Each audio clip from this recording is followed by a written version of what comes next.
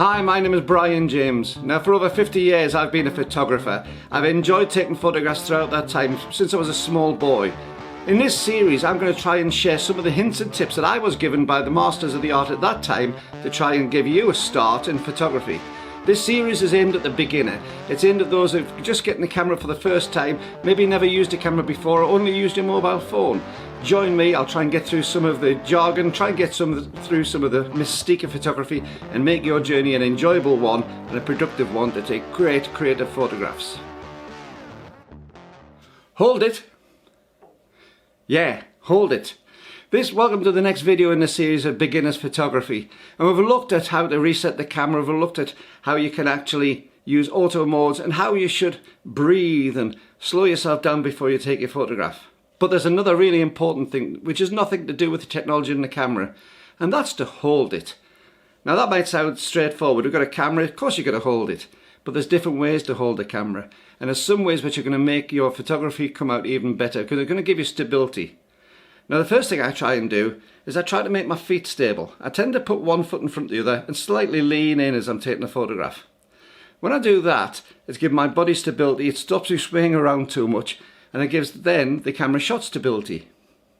When I hold the camera, first of all, I usually put some form of strap on. Now on this one, I tend to use a wrist strap. I like wrist straps because if I drop it, the camera doesn't hit the floor.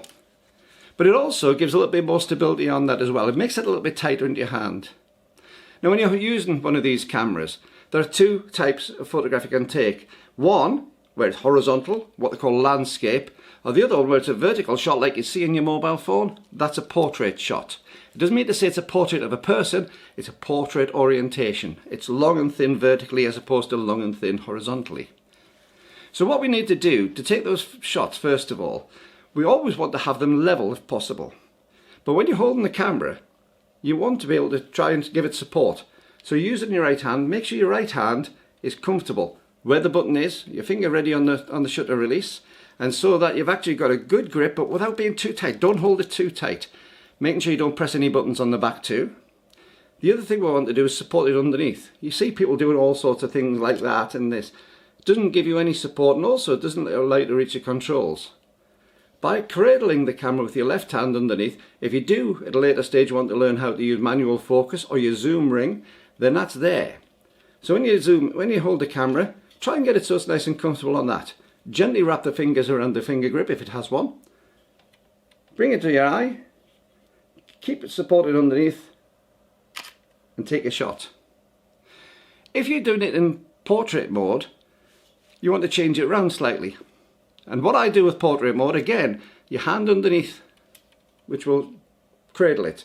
You see people will do that, but I tend to find that's difficult. Your hands bump into each other. And also, you're lifting all the weight. Underneath tends to give support. Bring it to the eye. Bring the elbow in, so again keeps it tight. And again, get your feet so that you're stable. And what you can do is you can just slowly alter it till you take the perfect shot. So when I say about camera, when I say hold it, I mean hold it, but hold it right. Now if you've enjoyed this video, don't forget there's a subscribe link underneath and give me a thumbs up because actually it's YouTube's algorithms to spread it around to more and more people. If you've enjoyed it and you want to support the channel, there's a little PayPal link. You can buy me a coffee or just give some sort of support for the channel. And whatever happens, I'll see you in the next video. Bye bye.